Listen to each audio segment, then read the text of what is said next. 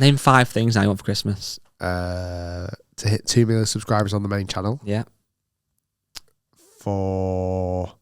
That's probably it. I'm a simple man. Welcome back to the Rick Shiels Golf Show podcast, everybody. I'm your host, Rick Shiels. I'm here with producer Guy. Episode number 110, Christmas week special. Yes. Sorry it's a day late, everybody. It's my fault. Before you start blaming Guy, I was off yesterday playing golf with some pals. We could have done it before the weekend, but just didn't quite work out, so we decided to push it a day later. I don't think that apology is big enough, really. Oh, right. For the flack I got in the group yesterday on Facebook. I announced on Facebook yesterday that the podcast was a day late, and everyone was like, "Guy, got one job." Da, da, da, da. And it was like, I didn't say this, but I was like, well, it's because Rick was off gallivanting with his mates playing golf. But we wanted to do it because obviously so much went on over the weekend with Tiger and Charlie and other stuff that might have happened. Mainly Tiger and Charlie. Yes. Where should we start today, Guy?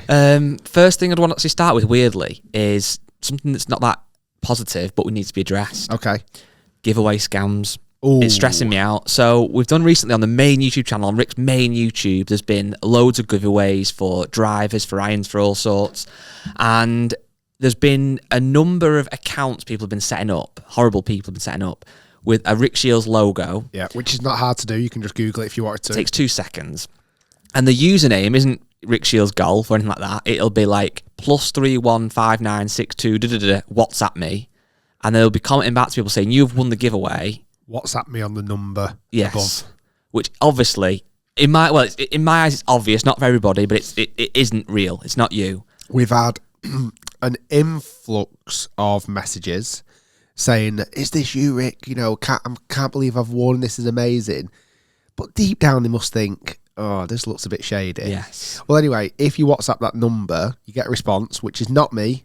It's not me doing this, and they're asking you for $50 shipping fee, which again is not me. It is a scam. Do not send money. And there's also, I've seen yesterday, there's another account that was actually called Rick Shiels Golf this time. So that looked quite genuine, even though there was no tick next to it, which your account will always have a tick, either blue on other socials or grey on YouTube. And the comment back was like, "Invest in Bitcoin or whatever." And again, it's obviously not Rick. So if you are lucky enough to ever win a giveaway, the comment you would receive will be off Rick Shiels Golf with a grey tick, and it'll be hopefully very obvious it's the real Rick and not these horrible, pesky scammers. Yeah, so be aware. Please don't fall for it. You know, I would never ask you for money for shipping. I'll never ask you for money. No. Yet. Just all we ask for is to like, subscribe, and comment down below. And that's all free. So yeah, do not get scammed. Giveaway winners will be announced end of the year. We've got a few on the run at the moment. One recently where I'm giving 5 drivers away. If we can ideally try and hit 2 million subscribers. It's going to be tight for the end of the year, if not impossible. But still hope. Where's a will's a way. Just one more note as well on giveaways. I saw somebody else on your main Facebook page of the day. They commented. I saw you commented back saying about how I never see the giveaway winners announced. Are they genuine? Yes, they're genuine. Yes. I deal with them, you deal with them on the emails, they're genuine. The reason we don't always put them out is because if we pick a winner for a giveaway and we announce it that John Smith has won the giveaway, out of the blue, we'll get 50 people who've got an email, johnsmith1@gmail.com, email and say, "Oh, I'm John Smith, I've won." Yeah. And it's either people who are also called John Smith genuinely by mistake, or it's people obviously making up fake accounts. Yeah. Then so after we have to verify it, they've got to send an actual screenshot of the comment they got back and all that kind of stuff. And sometimes people just don't want to have the name read out for whatever reason. Sometimes we'll ask them, "Do you mind us announcing that you've won?" And some people say no, like they don't want to be announced on the world of social media that they've won a prize. So you made a really good point. Go on. And I think this is summarised it really good. The lottery takes place every single week. Yeah. And somebody wins it every single week, but you don't know who wins it, but you still believe it's true. Yeah. It happens. Yeah. Which is so true. So giveaways do happen, it's just that you don't always see it, and for multiple reasons. But speaking of giveaways, a couple of weeks ago, we ran this giveaway for this exclusive, quite literally, money cannot buy, Rick Shiels Golf Show podcast driver head cover. Yes. Look at that. Got a winner. Just feel it and tell me out of 10 how good it feels. I'm going to go for 9. It's plush. Could be better. No, it is. It's actually isn't it good quality. If that came on a modern head cover, you would be on a driver. You would be calling out saying the head cover's really good. It's fantastic. It's like thick. It's what you almost like the same quality you used to get on really expensive PXG drives until they started making cheap. We've seen they started making package sets. Yeah, no, we need to get one. But yeah, really nice quality. We got a winner for it. We have. So we asked people to. There's several ways you could enter it. You could either rate on Apple Podcasts, which was a great way of entering. Sadly, not everybody uses Apple Podcasts. There are other platforms. Or you could enter on the YouTube channel, which is the Rick Shiels Golf Show, or whatever way, and you could email us as well with your kind of screenshot of proof that you've done so. Yeah.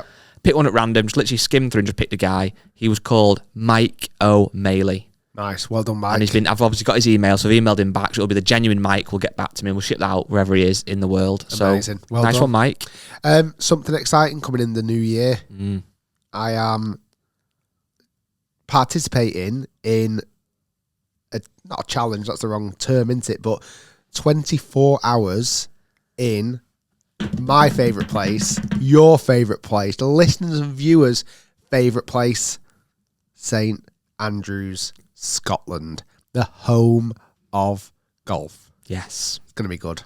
It is going to be very good. So, friends of the podcast MasterCard reached out and said, Rick, you're the best person in the world at golf. Thanks. And I said, yeah, he's okay. But they wanted to, they've got some really good initiatives around the Open next year, and it's called Priceless St Andrews, where there's some really amazing kind of experiences that are very, very unique to the town of St Andrews, and they're all kind of exclusive for MasterCard holders and things like that. So we're going, you're going to spend 24 hours in the town, and we've got some exciting things lined up. So we've plotted it from start to finish, exactly what I'm going to do, and that video will be hitting your screens early next year. Should we give a little bit of an insight of roughly what we're planning? A stay in our favourite hotel in the world. Yes. St Andrews Old Course Hotel. Yes. A meal in a seafood restaurant. Yes. Golf on not just one, not two, but maybe 3 golf courses. Yes. That sounds pretty epic. Putting on a rooftop terrace. Yes. Drinks, food, maybe a subscriber meetup. Yes. In a pub. Drinks are on me. Lots of exciting things coming. And I'm thinking as well, whilst we're there, we've got to go shopping for clubs again. We've got to go see if we can find a little second-hand goodies, bits and bats. We've got to spend some money. So it should be very good. So that's going to be with MasterCard next year. Obviously, really excited for that. But like you said, I know we kind of mentioned it on the podcast a few times about how good St Andrews is, but genuinely, it is the best place in the world if you're a golfer. Place in the world. Do you think you'll ever get bored of that walk, like kind of down the side of 18? No. There's a property, an apartment that's behind the 18th hole. It's up in like the old kind of student block, and it's amazing. The views are absolutely amazing. I mean, it's ridiculous money. It's like tens of millions, but it's worth it because I think the views are just amazing. Yeah. I need to get a tissue. 12 seconds later. Sorry about that. Rick just went off to wipe his nose. I've actually got a cold. It's not COVID, anybody. I've been tested. Because colds still exist in the world. Yeah, there's only COVID. They do. Because I think why I've got a cold, guy, I played golf in the cold yesterday. Let me guess, there's no cameras there, so you shot 75 million under par. It's annoying. It is. Because I seem to play good golf without cameras on. What? So you mean that when there's no cameras and no pressure of 2 million people watching, you actually play well? Believe it or not. So I played St Anne's Old Links. Nice. It was, for me, the friendliest golf course you can play in the winter. Yes. When there's no wind. So it's not ridiculous. So it's where we did, I've done a break 75 there before. It's where you recently saw Luke Willett play speed golf around there. So the Links golf course, it's kind of next door neighbour is Royal Lytham. Dan Webster's been on the podcast. James Robinson is kind of based there and Lytham Golf Academy. And yeah, I played really well. What did you have? So we played in, there were 6 of us that went. We all had Christmas jumpers on. That's why I think I've got a cold at the moment. Because I wasn't completely wrapped up in what I should be. Such witty banter, that, innit? 6 of you in Christmas jumpers, such banter. We got a party bus. Did you really? So we ordered the party bus from Mia. So a mate of mine picked me up from my house, drove me to Mia. That's a bit of out the way, then go back. Oh yeah, but I didn't want to miss out. Right. I got FOMO. Loaded the minibus up. This minibus was for 16 of us. There was 6 of us. Right. So we had lots of space. Golf bags, change of clothes, Christmas jumpers, maybe a few beverages. Yep. several beverages, party bus, music blaring, bit of banter, all the way to Lytham. Okay, got there for about 10 o'clock. On the ale already? Yeah, we started from about 8:45. That's unnecessary, that. So, and I must admit, I'm not a great... Normally, when I've drunk and play golf, it doesn't always go my way. Right. It seems very popular in America, doesn't it? But Yes. over here, we just don't seem to do it. Yeah, because drinking in America, there's something quite like aspirational about it. You're on like a really warm, lovely golf course. There's like a cart girl coming round with a really ice cold Bud Lights, and it just feels like so cool. And over here, you're walking onto the first tee with a shandy bass or something. It's like freezing. It's not. So we got there. Let's say 6 of us. We threw the balls up. I played with my really good pal John Beasley, who plays off actually +6. He's a really good player. And another mate of ours, Lloyd. And then there was other 3 of them that played behind us. So get this. This is an amazing guy. Okay. We thought, well, what format can we play? Well, let's play an individual Stableford. Nice and friendly. But let's also, as the 2 teams of 3, play combined total Stableford scores. Nice. Okay. So it's not 2 from 4, 2 from 3 or anything. All 3 scores count on every single hole. Okay. I'm with you. You won't believe what happened, though. Right. So I must admit, I played really well. I think I figured out something. My pitching. Go on. Drinking. Yeah. Helps. No, genuinely, I was doing slow-mo swings, pitching, and pitched it ridiculously well. That's like literally feeling like I was going in slow motion. It wasn't, and I was hitting these unbelievable pitch shots. I didn't hold the world. I didn't hold anything, in fact. However, I still managed to get 6 birdies. Wow. 3 bogeys. Nice. Finished 3 under par. Oh, my days. I birdied the last 2 to finish 3 under. That's really good golf. While drinking on the way around. And also, you know my Open Cup? Yeah. The one that we got from the Open? Yeah. That's my name on it. That was my drinks container for the day. What were you drinking in that? Estrella. Nice. So anyway, long story short, played really well. So I played off scratch. So I ended up with 39 points, Stableford. Okay. My mate John Beasley shot 3 under par as well. So me and him shot 3 under. He plays off whatever +6, but his handicap for the day was +5. So we ended up being 2 over par. Doesn't seem fair, does it? No, it's not. Doesn't. And then my other mate who played in our group shot 35 points. So I'm with you. You had 36, 34, 35. 39. Oh, sorry, yeah, 34, of course. 35. Yeah. I'm with you. So collectively, we shot level par. Right. So the scores for three handicap, everyone playing for handicaps 108, right? Yeah. So we thought we've blitzed this. There's no chance they're going to do the same. Not even close, right? Because I thought anything over 100 is pretty impressive. Yeah. They come in, they're finishing off. The 3 other guys are slightly higher handicappers, not massive, but like playing like the teens and stuff handicaps. They've come in. First guy, 34 points. Okay. Next guy, 35 points. Thinking, hold on. Last guy, 39 points. They had exactly the same points as us. Oh, my word. 108. So we worked off a count-back playoff.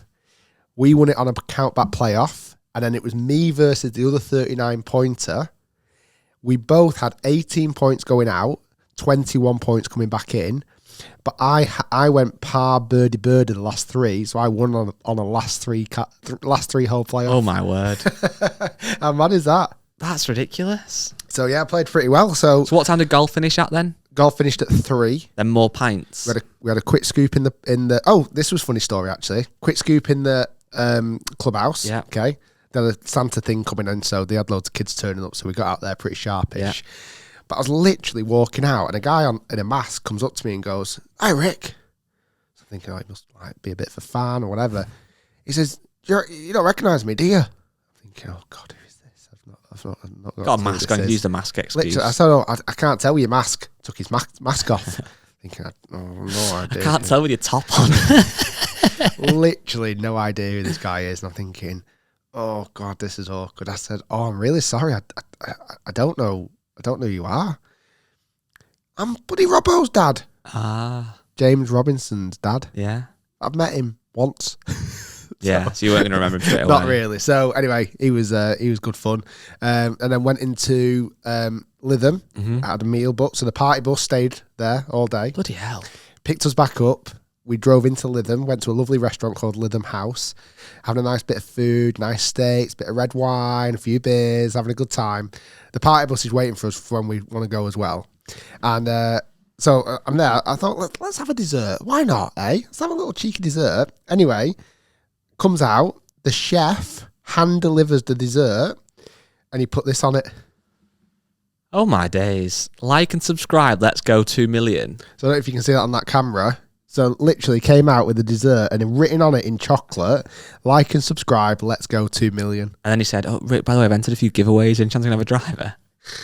Did you not know him? Oh, obviously you didn't. You just was a fan. He was just a fan. I didn't realise that he'd... How did he see you if he was in the back? Someone must have told him. All right. But you know what? It's quite annoying. Still charge me for that. Oh, how dare he? If anything, he should have been paying you for being in there. But yeah, all good fun. So 2 things. I feel like you've got a very organised group of friends who actually organise all that stuff. I did it. You did it all. I did everything. I genuinely, I mean that. I booked the minibus, booked the golf, booked the restaurant. So it sounds like you had a great time. I just feel bad for listening that our podcast delayed a day because of that. Well, I feel bad because I shot 68. So It doesn't really count when I don't see it. I feel like I can't. Like, if I was with a guy, he played really well. He'd stay it. When I'm not there, it's like, oh, did you cheat somehow? I did play really well. What did you do to cheat to suit that score? He must have cheated. Did cheat? Yeah, come on, a little bit of cheating. No one's bothered. A little I bit. missed the world. Did you play Preferred Lies? Play Preferred No, Lies. it doesn't count then, does it? Really? Yeah, Play off whites? No. Yellows? There's only yellows out. Oh, it's all coming out. It's all coming out. So what happened was we played yellows, Preferred Lies, and you get only 5, but 5 mulligans per hole. And Gimmy's inside 6 feet. No, it's still a good score. It was what I was saying though. It was super friendly golf. Yeah. Like that is exactly what you want with a bunch of mates. Bit of a cold day or whatever, but it was just really nice. It wasn't a massive test. Certainly after playing JCB a few weeks ago, going to somewhere like that, I was like, oh, this is nice. You know what I think though, in that, obviously St Anne's is a really nice course, and it's like I said, in winter it's so good condition. But in that environment, when you're playing with a few mates, you could have played anywhere, and it'd been a class laugh, wouldn't it? Like, even a really wet, boggy course, you'd still have had a great time. I bet. You know, the thing I was only gutted about is I kind of sometimes wish you could play in more than 4s. Yeah. I wish we could play it in 6. What, for the kind of camaraderie? Yeah, because there were 6 of us. You don't think it would actually get a bit like tedious though, like on the tee of a par 3, like Might 6 do. if you're hitting off. Yeah, it might do actually. Just sometimes frustrating when it's like a weird number of people. Like I hate 5. 5 would be the worst, of course. Yeah, it'd be like 3 and a 2. Yeah. Like say where 3 and 3 was just about okay. But yeah, all good time. What else happened? I lost my towel. My Rick Shiels towel. That's out there somewhere. If anyone finds it. There'll be an influx of people now going up the M6 at pace trying to go to St Anne's to find that towel. Yeah, all good fun. Very good. Well, on the weekend, I watched some golf, which I don't always do, but I could not, and I know you did, watch the PNC. Is it the PNC? Yeah, PNC.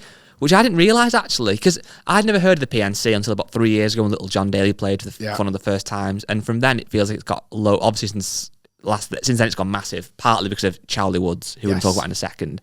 But the PNC, you have to have won either a major or the players to be able to play in it. I didn't know that. Oh, yeah. That's why Ian Poulter's not playing and stuff. You have to have won a major or the Players' Championship, I believe. That's quite And that's good. when Nelly Corder can play. She's won a women's major. VJ Singh, your friend of mine, VJ Singh and Cass Singh, I think it is his son, were playing. There was John Daly and John Daly II. There was Tiger and this guy called Tiger Woods, I think he's called. And Charles Woods. I think he's Charlie's dad. Yes, he is. You know Charlie Woods, obviously. I don't know Charlie Woods. Christ. Everybody, I mean, he is the best golfer on the He's planet. The best. Yeah, he is. Under 12s. Charlie Woods, he has a dad called Tiger or something. Tiger? Yeah, I know. Okay. It won't catch on. No, of course it won't. Yes, it was unbelievable. And basically, there's no handicaps, I don't think, is there? I don't really know how it all kind of works, the format. It's Texas Scramble. Yes. And the juniors or whatever, or the amateur play off a forward tee. I feel like they just call it a scramble in America, though, don't they? Do they? Yeah. I feel they do, actually, I suppose. Probably because... Well, why do we call it Texas Scramble? I don't know, because it's an American thing. Yeah. Yeah. And... there's different tees, but I don't know at what point... It's almost like how we call it the Open. They call it the British Open. Well, by the way, actually, right, let me just come on to something. I took a picture of this. I was so chuffed at the weekend. Do you ever watch like a TV program, a quiz program? There's a golf question on. Oh, yeah. So there's a question. Sometimes I start sweating though. I'm like, right, listen to this. Are you ready for this now? So there's a program, I don't know if you've ever seen it on BBC, called The Wheel. Yeah. And you sit in the middle. Yeah, Michael McIntyre presents it. Yeah, it's brilliant. And it's quite, if you've never seen it, it's quite a complex show to explain. But basically, there was a guy, he got, basically, there's 3 contestants, and you pop up randomly if you're going to be taking part or not. I'm not. It's a quiz show. Yeah, it's a quiz show. A guy had 1 question to win 92 grand. No way. 92 grand. You ready for this? There was a question with 4 possible answers, and there was categories beforehand. So there was golf randomly popped up. That's mad. Something else. And who was the golf expert? There wasn't one because it was the very end. You see, so this was just at potluck. And the question, so it's golf. Come on, golf. It's right. Okay, I don't mind golf. I don't mind golf. The question come up. Which of the 4 major golf championships that make up the 4 majors is held at the same golf course every year? All right, okay. So obviously the US Open, the British Open they called it, the Masters or the PGA. So obviously straight away, the Masters. You got it right and won 92 grand. It's weird how they call it the British Open on there, though, isn't it? Yeah. Well done. But I feel like really, when there's a golf question comes on, I really, really like it. I kind of panic a little bit though. I know, I did just in case you don't know the answer. During a question of sport, when they come up with a golf one, I'm like, right, this is me. Yeah. I don't Ian know this Baker one. Finch from the 1977 Open. It's like, what club did he hit into the 3rd hole? Yeah. Like, what? But back to Charlie. Yes. So I think what it is that the pros go for the back tees and then the amateurs go for forward tee. I don't know at what point because little John Daly is about 15. How old is he actually? He's a bit older than that. But he hits it a mile, so I don't know if he still went off the very forward tee or not. I wasn't paying that close attention. What about like Gary Player? What tee does he play? Yeah, off? I don't know. Or like Lee Trevino? I know he's 18, little John Daly. Yeah, I thought it was nearly. Anyway, little John Daly and big John Daly won it. Yes. By 2, I think, in the end. Yeah, in the end, yeah. And Tiger and Charlie Woods came second, I believe. Charlie Woods is absolutely unbelievable. His swing is just outstanding. Well, I feel like we've got a lot to dive into here now. And this is why I wanted to push it back and not pre-record this the week before, because we wouldn't be able to speak about any of this. First off, Tiger Woods was back. Yes. A lot better than I think he's letting on to most people. I want to agree, but I also want to disagree, because his swing looked nice. Yeah. He's played in a cart, a buggy. Yeah. And towards the end, I could see some grimace in his face. Oh, yeah. But so I think he puts that on. Maybe he is. Well. Maybe he is. I mean, one of the driver shots, he hit like 174 miles per hour ball speed. Yeah, still pretty good, isn't it? Using a new driver, tailor-made, unreleased driver. I think we can mention that now to some degree because they've said there's certain bits in the press. Well, it's a stealth driver. Yeah. I might have my hands on them already. I might already be testing them. You might see the video at the start of January. That's yes to all those things. So he had that in the bag. And I just their chemistry. Seeing them on the golf course together is amazing. Seeing Tiger as a dad and kind of seeing how Charlie is just a mini version of Tiger. Yeah. In every way. Golf swings, mannerisms, banter. Like you saw him having a bit of banter with like Justin Thomas early in the week. It's just it's like a mini Tiger. I feel like I've got little kind of mixed views on this though, a little bit on the whole Charlie thing. No, don't get me wrong. I absolutely was glued to the screen, and I really thought his golf swing looks fantastic. Some of his golf shots that he hit were unbelievable. Yeah. And certainly that one on that 17th, the par 3, 169 yards or 67 yards, like an iron. 4 iron. To like 6 foot or whatever. And unboxed it. Yeah, that was a phenomenal golf shot. The way he hits his driving, see the speed he's got through the ball, he's absolutely... He doesn't miss a fairway. No. Ever. I mean, if that was any 12-year-old child and you saw them playing golf, you'd be unbelievably impressed. So ridiculous. Obviously, the fact it's Tiger's son adds to that, but it was phenomenal. The only thing I feel a little bit unsure on, and obviously Tiger must have thought about this in massive depth to put him on this year and last year playing the tournament. I feel like there's a lot of pressure for a 12-year-old child, and last year he was obviously 11 years old. And when I say pressure, I mean not so much in his performance, yes, but you saw him walking from green to tee, and some people come on, Charlie, and it was done really endearing, and people really supporting him, and he probably quite enjoyed it. Sounded like a lot of kids shouting as well. Yeah, which is really good, and it's got to be great for the game of golf to see people enjoying it together and stuff. I just worry, or not worry, I just wonder at what point does that become too much? Like the amount of coverage he got, and kind of rightly so, Tiger's a legend of the game, and it's great to see him back and with his son. But you said he's a mini Tiger, and he is like, but is he going to want to grow up always in his dad's shadow? Like he is going to be, no matter how good he is, there's going to be some level of his dad's shadow forever. And unless he goes on to win 20 majors. Well, yeah, but even then people say, oh, but Tiger, if he hadn't have had his injuries, would have been better. And you just think for 12, I mean, think about 12. When you're 12, you're in year 7 at high school. It's very, very young to have all those eyeballs. So I just don't know. I loved watching him, and I'd watch him every week because it was so fascinating. But I just wonder, is there any negative in putting a child like that in so much? You hear about child actors and stuff getting, often in life there's some negatives that come with that. I just wonder. I don't know. Yeah, I think it's obviously something that could potentially affect him. It doesn't seem to do. He seems to just take it in his stride, and he doesn't seem to get nervous. He doesn't seem to be like bothered about all these people shouting his name and so much expectation. He's playing in front of camera. I mean, he's better than me. He's better than me playing there in that situation. He's better than me without question. He's 12 years old. I just can't wait to see what happens in the future. Oh, I really can't. No, I 100%. It's more so with like on the golf course, he appeared to be so confident and calm in the way he played, and maybe he's too young to even have any.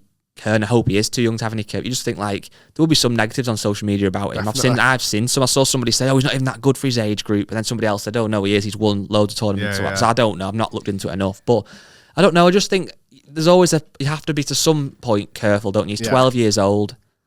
Like, yeah, definitely. One of the things that I wrote after watching it all, and I genuinely believe this, but it got a bit of negativity. I put something along the lines, love watching it, blah, blah, blah. Love seeing Tiger and Charlie. It was amazing. And I put something like Tiger is golf. Yeah. And it got a lot of negative comments. Oh, Tiger's not golf. I wouldn't have watched that tournament if it weren't for Tiger. I watched that event because of Tiger. Like, as much as maybe Tiger isn't golf, for viewing, I will flick on the TV if I know he's playing. 100%. I think I would put a caveat and say Tiger is professional golf. I would think that I love Tiger, as you know, and I know some people don't because of his things he's done in his personal life, whatever. But I absolutely adore him. But I think if you think about today, it's December. It's 21st of December. As we're doing this, it's cold. It's wet outside. But at my home golf club, I can guarantee there'll probably be a group of 4 ladies going playing golf with the power caddies and having a great time and a natter and a cup of tea afterwards. They don't care about Tiger Woods. They might like him and watch him every now and again, but they're not playing golf with a Tiger. They'll be playing with the motor caddies, by the way. Motor caddies, yeah. Yeah. Do you know what I mean? Maybe. So maybe I said that a bit too kind of ambitiously, but it's more like I just feel like he inserts energy into golf. Into professional golf, 100%. But I'm not even sure, like, if that kind of rubbed on me. Even yesterday playing, not that obviously I played well, but as in like, I was more excited about playing golf on Monday after seeing him on Sunday. Yeah, I was more because I don't know, I don't know what it is. It's just something about seeing him playing the way he plays and the way he hits it and his legacy and everything else, and seeing him with his son, just like, oh God, it's so impressive. The only thing I do get, and I don't agree with it, but I understand it, if there was an option to just have watched Tiger and his son, I'd have pressed that option. Yeah, I would have only watched them. Yeah. Sounds I mean, bad, that's the coverage anyway, really. Well, yeah. But I also get when people get a bit frustrated that they want to watch more of like John Daly and his son who actually won it. You hardly saw any of him.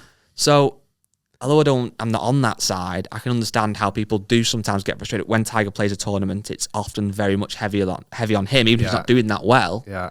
Well, you don't see the actual winners, but I'd watch Tiger do every shot.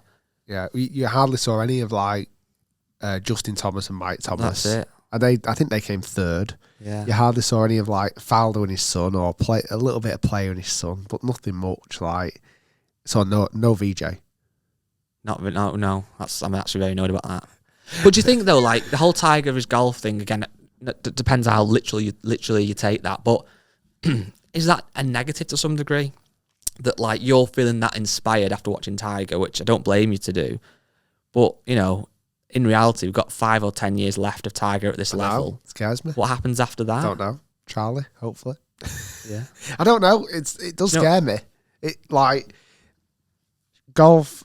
Watching golf this year, and I think I've watched quite a lot this year, to be honest. But I honestly believe if Tiger was playing this year more, I'd have watched double the amount of golf, and maybe been inspired more to go and play even more to get even better. I don't know what it is. It might just be my own personal opinion on it, obviously. But do you think though, as much as again, I always feel like I have to caveat these things because I'm a massive Tiger fan. Because I know sometimes people watch these clips on YouTube or whatever, and they might say, "Oh, you're a hater," which is ridiculous because I absolutely love him.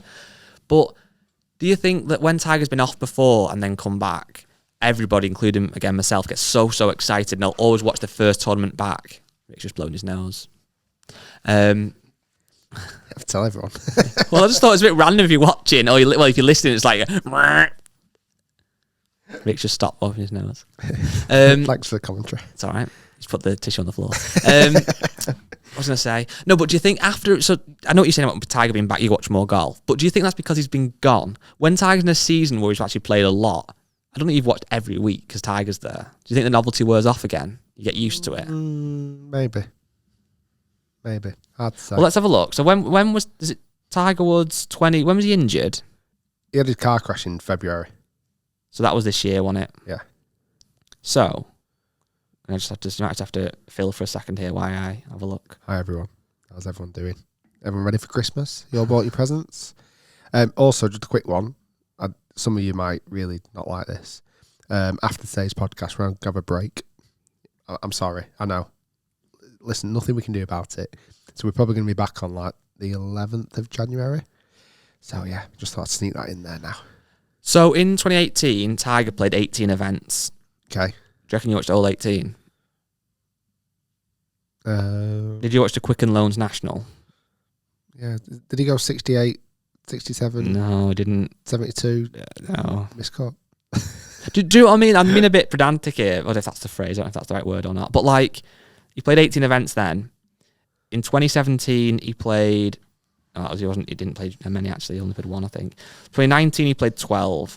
And 2020, he played 7. So you do massively feel now like you're missing him, which obviously we are. But then when he actually is there, yeah, you watch it every week. Maybe don't. Maybe I don't. I will do if he comes back. Yeah, every event. You've got to watch every event. You know what you have to do now? So when Tiger comes back, to prove your point and prove me wrong, you've got to watch Thursday, Friday, Saturday, Sunday, every week of every event. Every single shot. Every shot. Okay. Every shot. You can quiz me on it at the end of the year. Perfect. So we are, I said, there's a couple of weeks off now. So by the time we come back, it will be new driver season. It will. And there is a lot to get excited about. There is. Yeah, I think we hinted at it last week, maybe. Your major manufacturers, TaylorMade, Callaway, have got something new. Mm-hmm. So have Cobra. Ping don't normally release start of the year. They might not even release next year. And is it Titleist year next year? Can't think where we're up to Titleist. Well, no. Yeah, because it'll be end of next year, yeah? It will, yeah. So maybe every single manufacturer will release a new driver next year. Wow. Of the major brands. There's been a couple of testing sessions so far with a few of the drivers. Again, reviews will be coming start of the year. Well, you've fully tested one of them so far, haven't you? And after this podcast ends, we're going to be filming the actual body of the review of said driver. Correct. Yeah. We can't say too much. Yeah, it's a bit hard to... Because we basically have to do... You might know or might not know. We have to use like embargoes... And you have to sign like a non-disclosure agreement up until that point to say you can't talk about the technology. If things like the TaylorMade Stealth gets leaked, we can say it's the TaylorMade Stealth, but we can't talk anything about the material, the technology, etc., etc. So yeah, stay tuned for those. One thing we've not touched about, and I think a lot of people will still obviously remember this because it went out last week, the Tommy Fleetwood video. Oh, your friend of mine. Well, it's only your friend. You've got my WhatsApp now and stuff, haven't you? All our friends now. I did a tweet about this, and it was a bit like, what was the word? Bit not cringy, but what kind of word to explain my tweet did about him? When you can, the one I said about how good he is, like not at golf as a person, it's a bit like not sucky uppy because I know you wouldn't see it, but basically I did a tweet and said I've been lucky enough to meet/work with some amazing golfers in the past, which I have at this job and my old job. But I have to say, Tommy Fleetwood was exceptional. He couldn't do enough for us and was really so down to earth. That tweet actually did really well for me. I think you liked it, so it's helped. 298 likes. I don't want to flex, but Tommy liked it. No. Don't like Tommy anyway. Never liked him. Never liked him. And there's a nice picture of him with our team. But I think when we film with like some of these tour pros that we filmed with, and they've all as I wrote that, I actually don't want to look bad because Minwoo Lee was fantastic, Sam Horsfield was fantastic, and they truthfully were great lads, and Sam Horsfield in particular I've kind of semi-kept in touch with, and I wish him all the best, and Minwoo Lee was so good, but there was something extra about Tommy that I can't quite, but I think with Minwoo Lee and someone like Sam, certainly those two, they're kind of very early in their careers. Yes, that's a good point. And they're quite young and they're quite kind of fresh-faced and bushy-tailed. Like, they couldn't do enough to please I think we us. almost expected that to some degree, maybe, or I did. They were fans of the channel. Yeah, that's like, true. certainly Minwoo Lee and Sam, both real big fans of the channel. Where, like, Tommy, he's a big name in the world of golf. Like, he's got as high as number 10 in the world. Yeah. You know, he's challenged for major tournaments. Very He's true. won big events. He's been there and won Ryder Cups. So I think because of that, all of that pedigree, for him to just rock up twice, by the way, Yeah, to film with us was phenomenal. it really was. He did a 2-hour podcast, which I think a lot of people enjoyed. I'm sure he did. And he kind of was happy to do more if he wanted to. We did a really cool coaching video, which actually not been released yet. It's coming out soon. The first time we went there, it was snowing, so we had to cancel, rearrange, and he was true to his word. Yeah. Because I thought there might have been a bit, as soon as you ever start to like rearrange things, people might be able to cancel. It's a dead easy cop-out for him, isn't it? Or he could have got COVID or Just something else. a dead easy way of getting out of it and going, oh, I'm really sorry, guys. Should we film it in the new year? Yeah. Like, when he the could have weather's better. easily Yeah. done all that. But he didn't. He still rocked up. The Friday after, it wasn't great weather. He pitched up and he was so eager to film and He was play. phenomenal. Wasn't he? Yeah. Like, the So weather good. was so bad when we first arrived at JCB that second time, and he was like, "Oh, it was optimistic." Yeah. And again, it would have been so easy for him to go, lads, I'm not really into this today. I'm going to shoot. We'll do it another time, and we wouldn't have had the leg to stand on. We had to go, okay, like. But it took us ages to film because it does sometimes. So we're out there for like 5 hours playing golf, freezing cold. Raining, carrying his own bag. Did you see a comment about that in the group? People really like that, didn't they? And I get it. You don't see it very often, do you? No, you almost never see it. But you know what I think's mad? I think we said this when we may be filming with Sam Horsfield, that when you see a tour pro like Tommy and he's carrying his own bag, it looks weird. And obviously it looks weird because of the fact normally you see him with Finno carrying his big tour bag. But actually, these guys have played more golf as amateurs than most people play in their life. Yeah. Like Tommy Fleetwood's probably carried his bag more times than most people have ever played golf because he's Just that played. you've not seen him. Yeah, because he's played golf from being 8 to 18 amateur Yeah. every weekend, every Yeah. week. Like you forget that it's even like sounds silly, like taking the flag out and stuff. You almost think, oh, he knows where to put the flag. Yeah. Obviously, like, Yeah. do you know what I mean? He's been doing it for so long. He knows how to repair his own beforehand. divot. Like, Yeah. God, he knows how to rake a bunker. Well, yeah, exactly. of course he does, yeah. Yeah. That's actually quite true. But what were you most impressed with? So apart from him as a person, because we can set up another society. yes, we've got VJ and then Tommy. Tommy Fleetwood Yeah. Society. I'll be president of VJ. You can be president of Tommy. Tommy Fleetwood Appreciation Society. What do you think was so good about his game?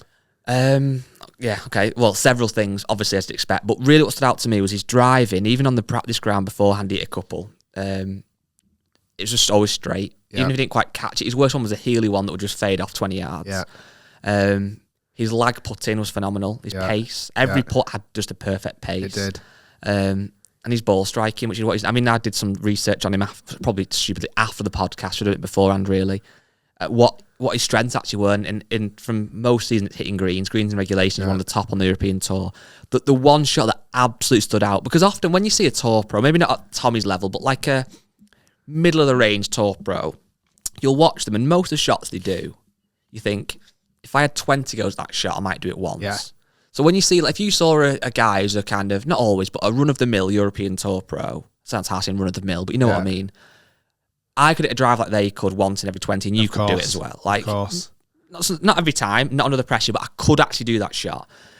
But then there's other levels of golfers where you just can't. And Tommy hit a 5-iron on hole 14, didn't he? The par 3 to like 3 foot or whatever it was. I can't hit that shot. And you can't hit that shot. Like, it was so straight. It was high. The speed as well. Really, really high in the sky. It stopped on a sixpence. Like, he needed to make birdie. Yeah. there was an added bit of pressure there. For him, it's not pressure, but there is a bit there. For me, there's a couple of things. It was his... He was longer off the tee than I thought he was going to be. Yeah, 100%. There was a couple of times where I smoked a driver and he was still 30, 40 past me, Yeah. which I was like, God. I mean, I was asking him what his club head speed was, and he says he normally cruises at like 120 miles per hour. Fast, isn't it? And I'm there at like 110, 111. Got 9 miles per hour on me. And he's flushing out of the centre. Absolutely in the middle. His strike off wet, kind of soggy lies. Yeah. Like, there was a couple of times where he was in like a bit of a soggy fair because it was wet, it'd been raining, and he still just Crisp, hit it yeah. as pure as he could. Yeah. And a couple of those 3-woods that he hit that was like came out like a bullet. Yeah. Like on the long par 5. Yeah, it was and like the little 10 did he do it on? it's really amazing ball flight. And then, like I say, he I think he gets a bit of bad press for his putting, but he's putted really He's nicely. Well, that's it. Like I said then about that thing, you could do it 1 out of 10. There's obviously several reasons why tour pros are tour pros, but one is they hit amazing shots a lot of the time, which is why, again, we might do it 1 in 20, they do it 17 out of 20 or 18 out of 20, whatever. But like I said, his ability to hit shots are just phenomenal. Yeah. And as well, watching around that golf course, it's a tough course. It never felt like it's ever going to do anything massively wrong. No. Like, there was never a worry on any shot. He shot level par, and quite easily could have shot 5 under round there. Oh, yeah. Like, level par was the worst round he would have had, I think. Oh, yeah, it was. Yeah. Wasn't it? But what's interesting as well is that, although he shot level par, and I think it comes across in that video, people know that course a bit now, and they holes at 17 with all the water. It's obvious how hard it is. That is a hard golf course. Yeah. That level par in those conditions off those back tees, I would say, I know it's hard to say this, but would be a 500, a normal park run so. course, if that makes Easily, sense. yeah. Like, Well, if he played the same golf there as he did at... Well, I'll tell you what, this is probably not far off. I shot 10 over at JCB. mm-hmm. I think I hit it pretty much the same yesterday at St Anne's Old Links and shot 3 under. Yeah, there you go. I honestly do. So I honestly think he would have probably been 10 under round St Anne's Old Links yesterday, if not more. There would have been yeah. So I think that's the big, like, that's the way to be able to kind of address it. Didn't really. you say he texted you saying he enjoyed the video as well? He loved it? Honestly, loved it. I told him that it was trending number 7 That was really good. on YouTube, and he said, "Is that good?" He said, "Is that in golf?" I Ah. went, "No, that's in the world of YouTube. Yeah. Like, that's massive."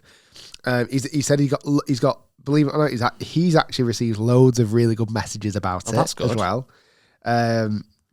Yeah, really good. The comments have been outstanding. Some of the best comments I've ever seen on the YouTube channel.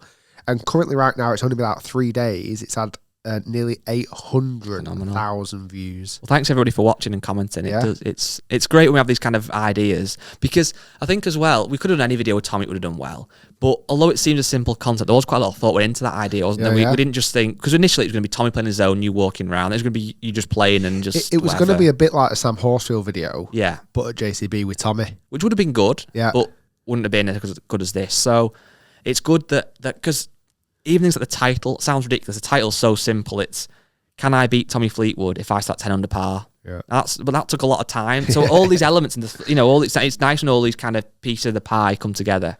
Yeah, People enjoy it. I got some messages from like people in the industry, golf industry, and that just said they absolutely loved it, which is great. Great to hear. Do you want a few questions? Let's do it. So I put a thing on Instagram asking for questions, and we have had a lot, which is nice. Okay. Right on topic from DStags_. Does Charlie Woods win a major before he's 25? Hard to say, but yes. That's not put pressure on the 12-year-old, but yes, he absolutely will. No, I'd love to see that. Also, a nice one from Steve Winnerton, I think it is. Who was your favourite guest on the podcast of 2021? Who's my favourite guest? Come on, Rick. Think. We've had some really good ones, haven't we? We have. Was Robbo this year? Was that last year?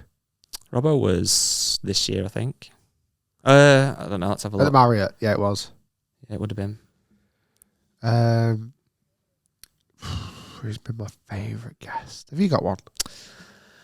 There's been a lot of different ones, hasn't there? Different stories to tell. I thought, like David Cannon was really good. Amazing. Obviously Phil Kenyon was great. Tommy.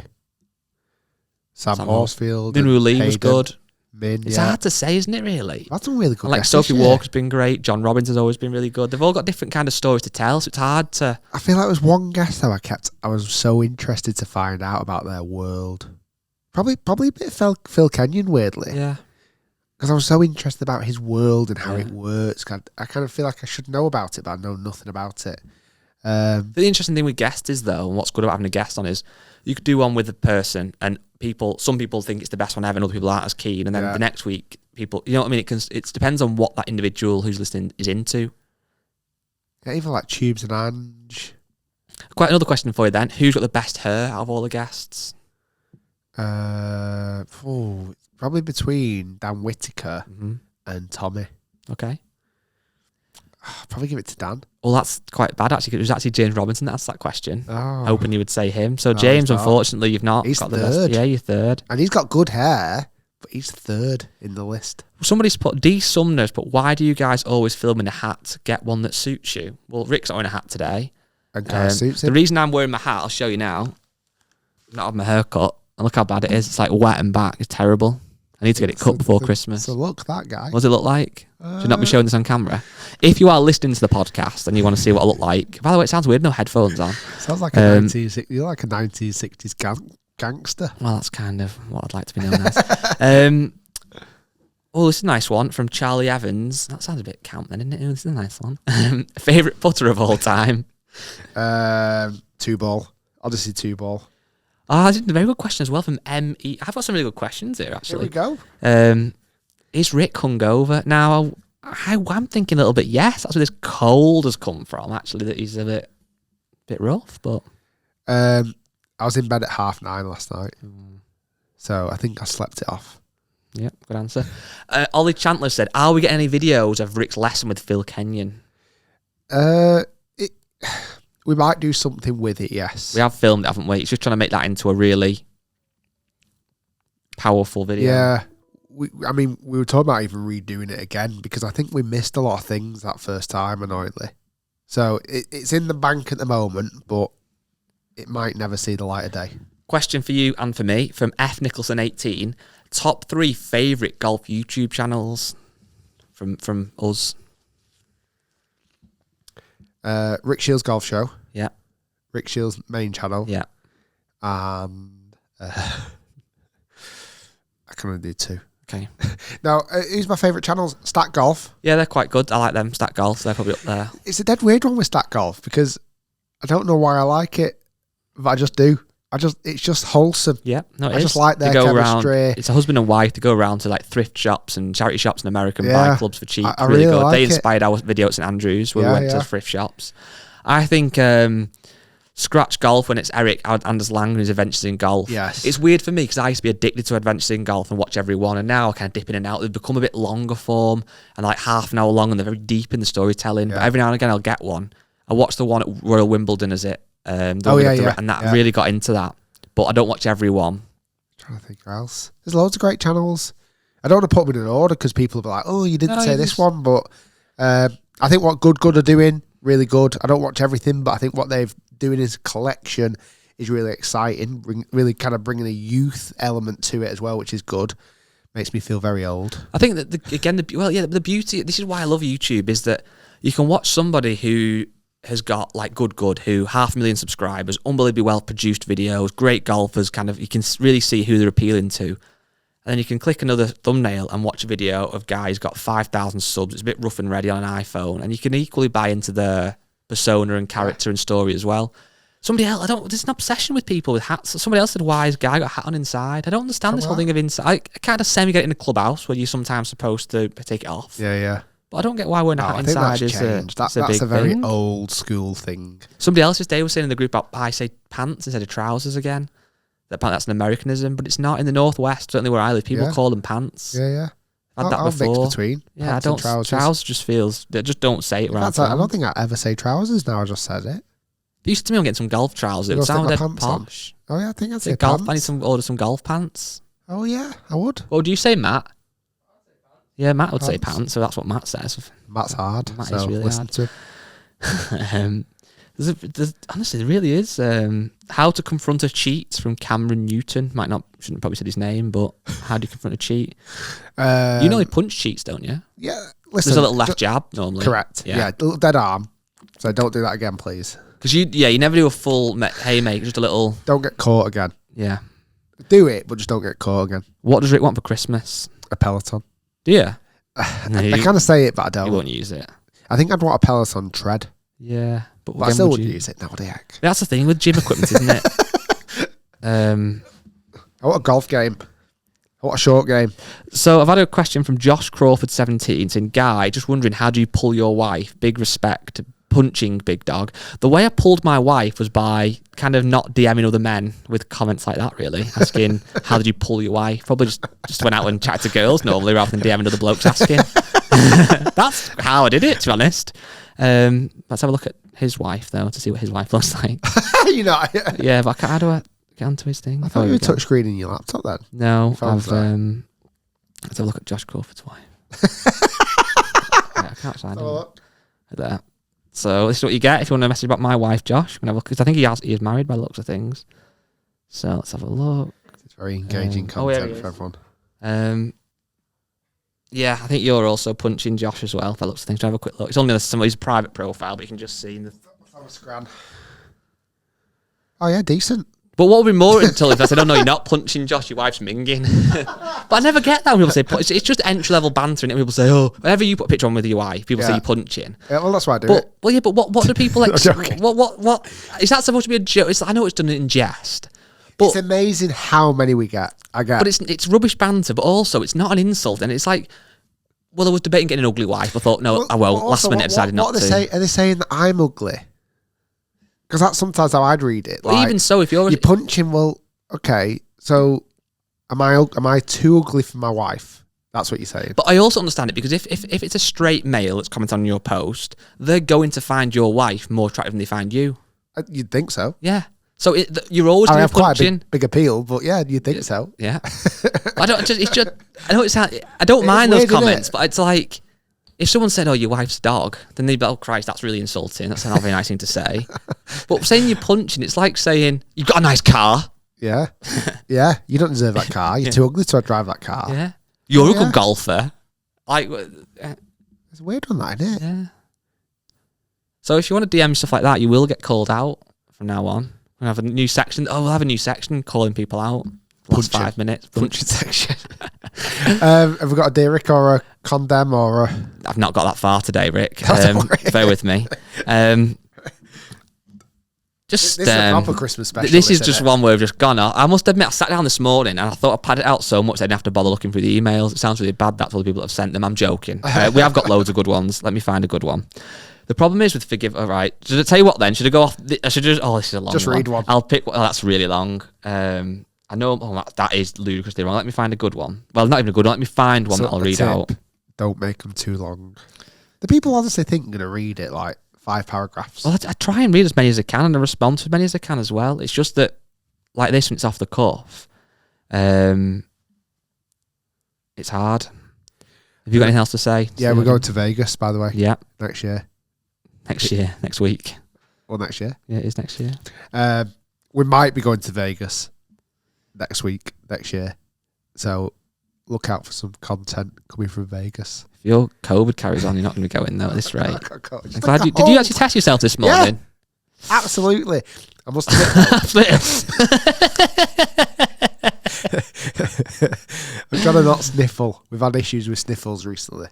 There was a point where like the red line kind of faded down a little bit, and I thought, well, that's a bit worrying, but it all went to just one solid line. You do sound very full of it. The problem I'm having here, and I'm looking at the emails, is a lot of the emails were people trying to win the head cover, which is really great. We got loads. And because of that, I'm struggling to find... I'll tell you what then, anyway, for next podcast, when's that going to be now? A couple of weeks. Jan. We would love you to send more in. So podcast@rickshiels.com. And one thing I wanted to mention as well, I've seen some people saying that their emails have bounced back.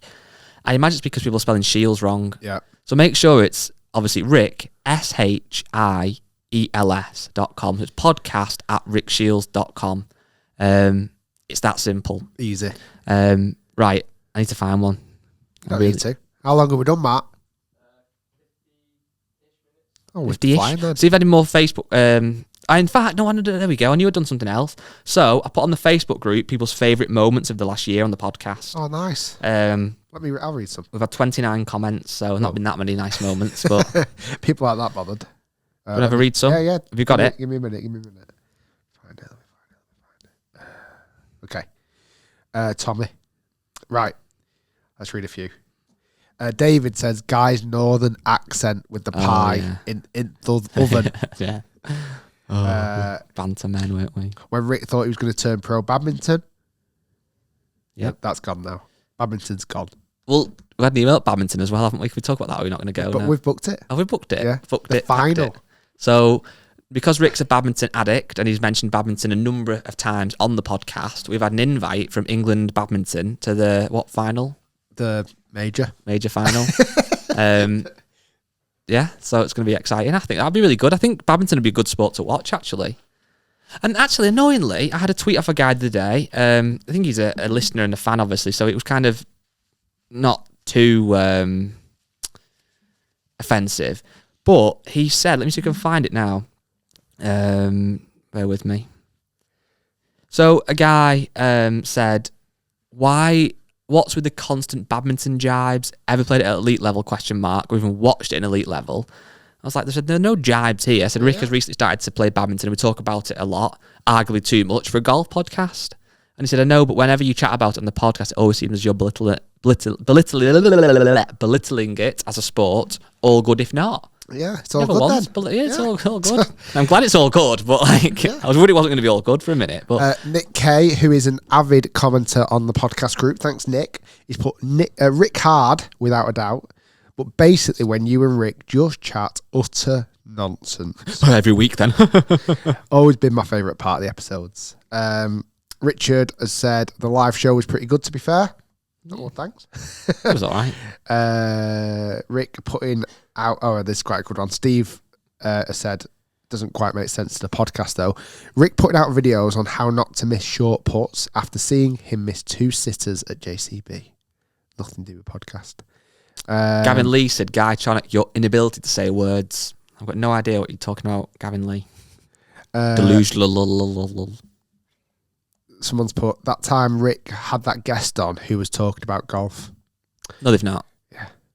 I found a... These comments are terrible. Why do people think they're funny? Do you want to hear an unvetted golf confessions? Let's do it. Right, this is unvetted, so it could be... I kind of want it to be bad now because it'd be funny.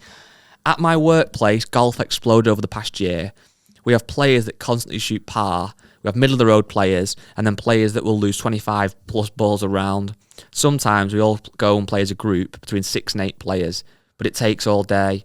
My golf confession is that sometimes when they ask me to come along to play with the guys, I lie and say I can't go and go to another course in the opposite direction of where they are going.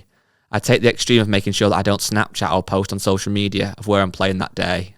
What do you guys think? It's quite extreme, isn't it? I think that's all right. Yeah, it's fine. I can forgive him for that. Yeah. Right, should we wrap it? What, my Christmas present? What do you want for Christmas? For you? No, I'm not getting you. In general, I would like people to subscribe to the podcast on YouTube. Oh, I would like it if people leave us a 5-star review or a 4-star review, but not a 3 or 2 or 1-star review. No, 5 or 4s only. I would like the golf brands to bring out drives that are actually better than the year before. I would like Tiger to recover and play every event, so you have to watch every minute of every event. Every event.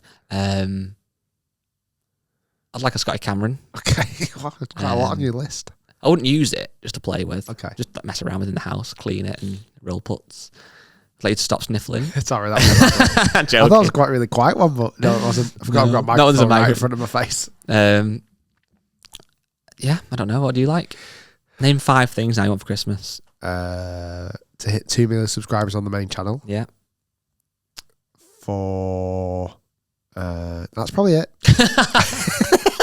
I'm a simple man. I just want 2 million subscribers. Yeah. Not that much to ask. It's like, if you're listening to this podcast and you're a fan of the channel and you subscribe, make another account. Yeah. Just whatever. say if your username is johnsmith@gmail.com, go out and go johnsmith1@gmail.com and subscribe. Or you could come up with a completely alter ego. Ah, yeah. It's like leaving nasty comments. That'd be really good. You could be called like Joanna Smithy. Ooh. Talk to me about Joanna Smithy. She's A feisty redhead. She's divorced. Only 42 though. 42, 3 kids, divorced. She has great childcare, so she goes out a lot. Yeah. Like almost every weekend she's out on the tiles. She's got a big cleavage. Big cleavage. And she likes... Is it a big cleavage or just pushed together well? Big. Yeah, okay. Big. Really big. Really big. Carry on. She only likes wearing white boots. Yeah, okay. That's like a trademark. Is she the kind of woman where other people would say she'd eat you alive? So like, someone could go, oh, she's out and go, Joanna Smithy, she'd eat you alive. She'd eat you alive. Yeah, you could say that. She's, let's say, well known in her local district. Yeah. You know what that means? And has, to fund all her nightlife, she has a Sunday job at the pub.